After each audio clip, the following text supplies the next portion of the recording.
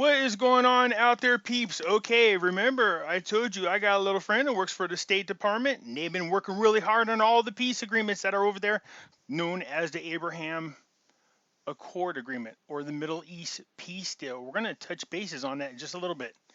I want to remind everybody, if you're thinking about buying precious metals, give our friends over there at Money Metals Exchange a consideration. The link is in the description.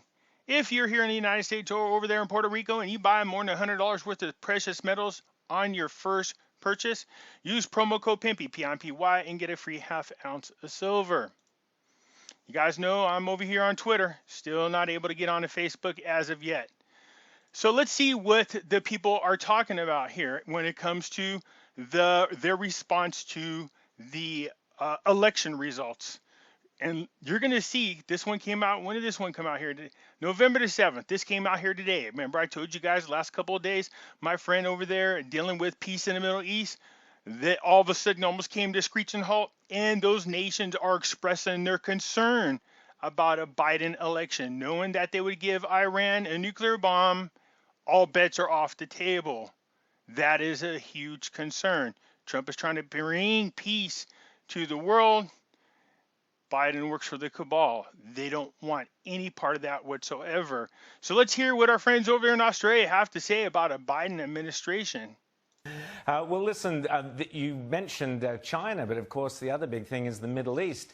Donald Trump pulled off the impossible, which was 3 peace treaties between Israel and Arab countries, United Arab Emirates, Sudan, Bahrain, and five other Arab countries were poised to sign up to this peace treaty should Donald Trump retain the presidency. I told you, 5 that more. now goes out the window. Iran will be emboldened. Let's not forget that it was Obama and Biden who literally flew in pallet loads of gold bullion to the Iranians, gave them a nuclear deal which would have guaranteed them nuclear weaponry within the decade. Biden he's talked about, he's implied he will reactivate that deal, so we can look forward to a nuclear Iran on the horizon. We can look forward to, hopefully not look forward to, but it's almost inevitable that the Arab Gulf states will now pull their heads in, that those other states won't go ahead with their peace deals, and we will see a very dangerous and emboldened Iran going, "You beauty,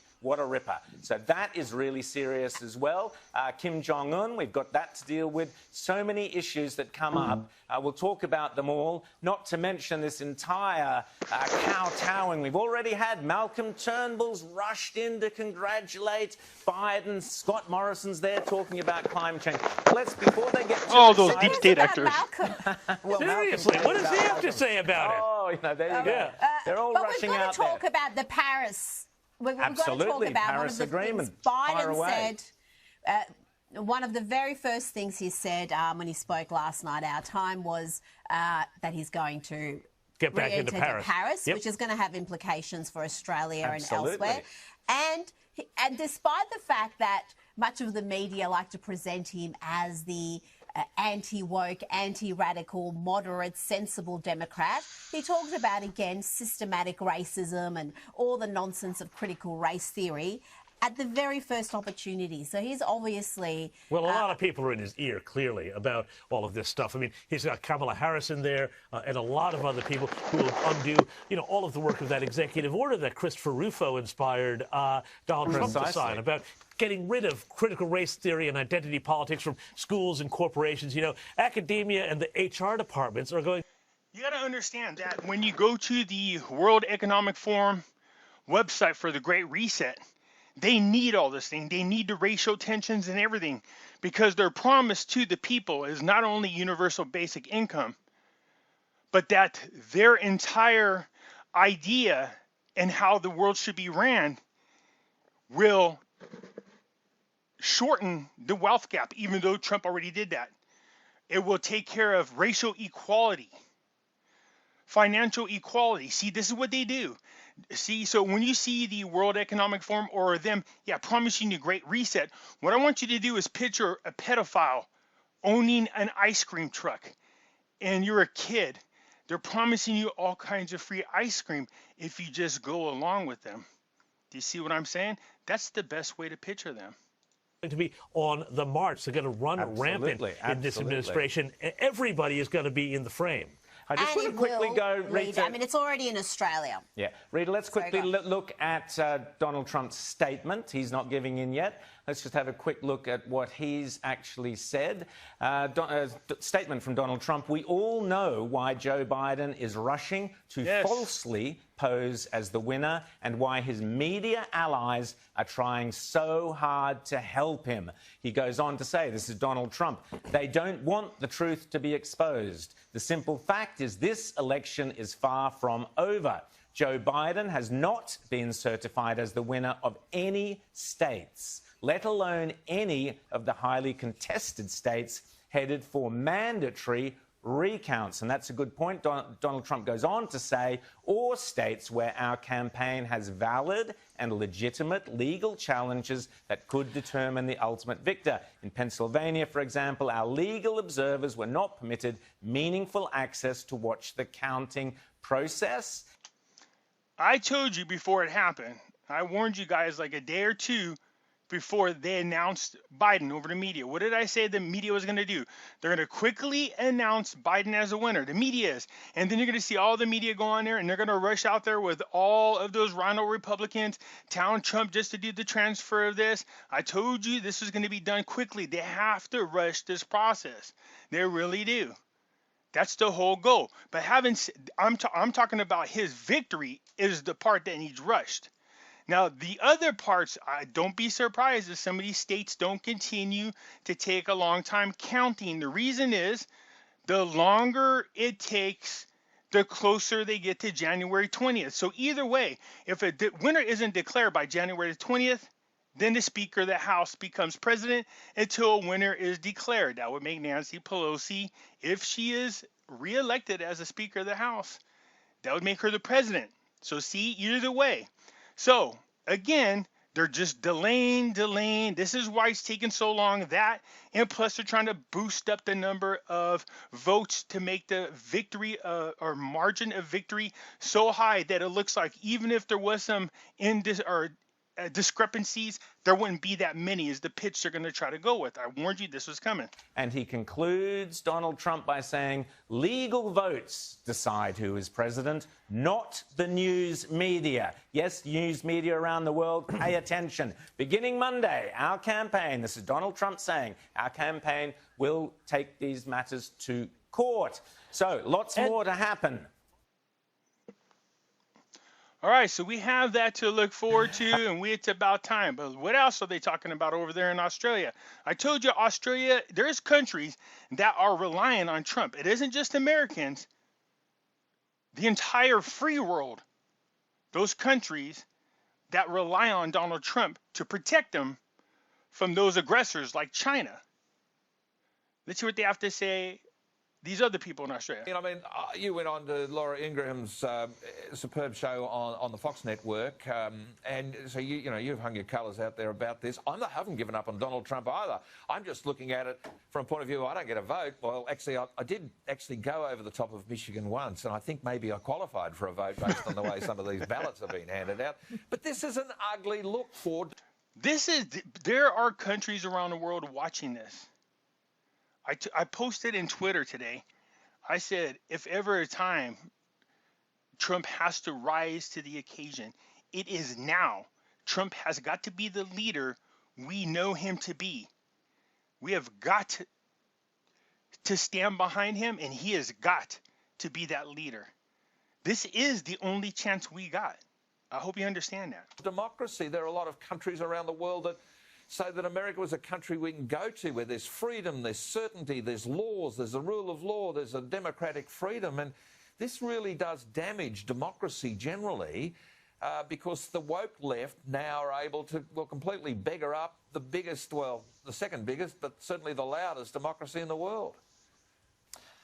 Gary, literally hundreds of allegations of irregularities have been made since election night.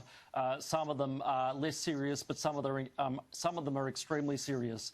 And if they're not examined probably by the Supreme Court, I think that's the only avenue left, then this will lead to the death of America. That's not the only avenue left. If the Supreme Court fails us, there's only one other option remaining after that. That's the American citizens. American democracy. It could possibly plunge the country into a new civil war, There you and go. it will irreversibly damage Australia's most important trading partner, but also its most important military alliance. And any Australian hooting and hollering and not taking this seriously and cheering on the Orange Man is going needs to take a good hard look at themselves about what this means for Australia and the future of the free world. Okay, so that one just quit out there really quick here. Oh, yeah, sorry about this. I don't know what that is, but it switched over. So you can see they're worried about the nuclear war. They're worried about Iran. They're worried about this, setting presidents around the world.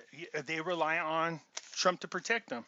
So, again, it's not just American citizens that are counting on Trump. The literal free world is, okay? And here we go. Check this news out in case you didn't hear it. This should blow your mind. In a move that experts termed unusual and legal, members of the New Jersey National Guard worked in civilian clothes this week while officially activated to help civilian officials at election sites. More than 370 of the state's National Guard soldiers and airmen were dispatched to work with election officials in 19 counties, New Jersey state military officials announced Tuesday. This state active duty mission is being undertaken at the request of the county boards of elections, according to the New Jersey National Guard.